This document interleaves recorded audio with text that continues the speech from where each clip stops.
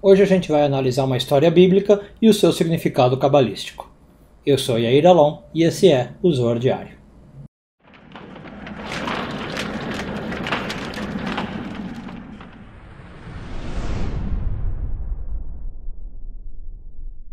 Essa semana continuamos a ler a porção de Korah, hoje focando nos parágrafos 21 e 22 do Zohar, terceiro ano de leitura. Geralmente quando a gente fala da porção de Korah, todo mundo conhece a história principal, que é qual? Um homem chamado Korah, junto com um grupo de pessoas, aparece e questiona Moisés, né? Sobre a liderança dele, sobre por que ele era diferente dos outros, e geralmente o pessoal fica por aí.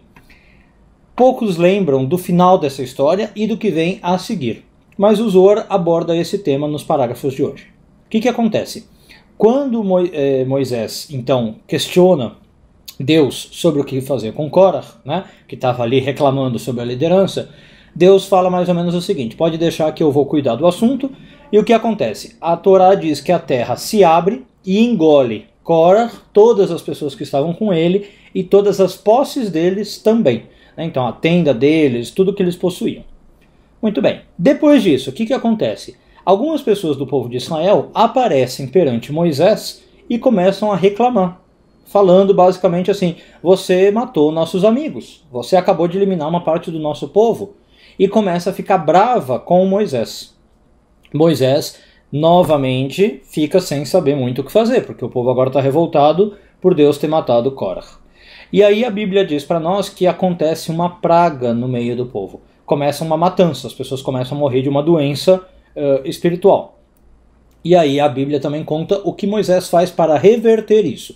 Moisés fala basicamente para Arão, o irmão dele, o seguinte: corre, pega uma panela, tipo uma frigideira, sei lá, vai lá no tabernáculo, pega um pouco do fogo do altar, o fogo onde tem o incenso, junto com o incenso, e passa com essa panela, né, no meio do povo. E quando Arão faz isso, a matança para, a praga acaba. Então o Arão vai passando tipo com um defumador, né, ou com um turíbulo, aquele que se usa no catolicismo, e onde ele vai passando com aquela fumaça, a matança para, a praga acaba. Tá, e aí o Zohar então vai trazer o significado cabalístico para nós. Claro que primeiro a gente pode entender literalmente, né, que o Arão talvez sabia fazer algum ritual físico, por exemplo, usando o Ketoret, que a gente já falou aqui nos vídeos do Zohar, o incenso que era usado, né, para promover aí, digamos, misericórdia no mundo, né, acabar com a fúria de Deus.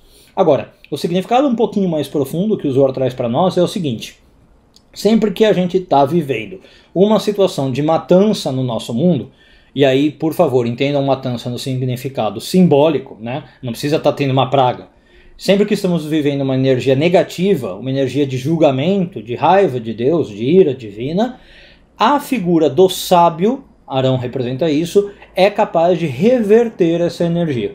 Então, quando eu estou passando por uma situação negativa, ou um grupo está passando por uma situação negativa, ir consultar um sábio, ir falar com um sábio, pedir para o sábio vir até o local, ver o que está acontecendo, pode ser o suficiente para acabar com essa energia. Então o Arão, ele representa, entrando um pouco mais em detalhes, as firot mais inferiores da árvore da vida. Ele estava localizado numa dessas firot, tá? Mas o Zohar diz que apesar disso ele conseguia chegar nas firot de Chokhmah, que é uma das mais elevadas. Chokhmah basicamente é a sabedoria, então por isso que eu falei que Arão é o homem sábio. O que o Zohar está dizendo para nós é o seguinte: Arão fez algo que o conectou a Chokhmah, e quando ele fez isso ele conseguiu acabar com a praga. Agora, nós que não somos Arão, né, como é que a gente se conecta com Chokhmah? Com sabedoria. É isso que eu estava falando. Se eu não consigo, eu chamo alguém sábio, né? Só aqui um detalhe, lembrando que sábio, nesse sentido para Kabbalah, é sábio em questões espirituais. Tá? Se a pessoa é sábia, digamos, entre aspas, em outros assuntos, para Kabbalah ela não é sábia, ela é inteligente. Vamos supor que ela é uma grande matemática, um grande físico, um grande químico. Pode ser muito inteligente, mas para Kabbalah isso não é sábio. Sábio tem a ver com espiritualidade. Então, quando eu estou num momento negativo, repetindo, de julgamento divino, de ira divina, se eu me conecto com um sábio, ou eu me conecto com Chokhmah, com a sabedoria espiritual, eu imediatamente e automaticamente converto essa energia negativa em algo um pouco mais fácil, e aquela matança, entre aspas, acaba. Um bom dia a todos e tudo de bom.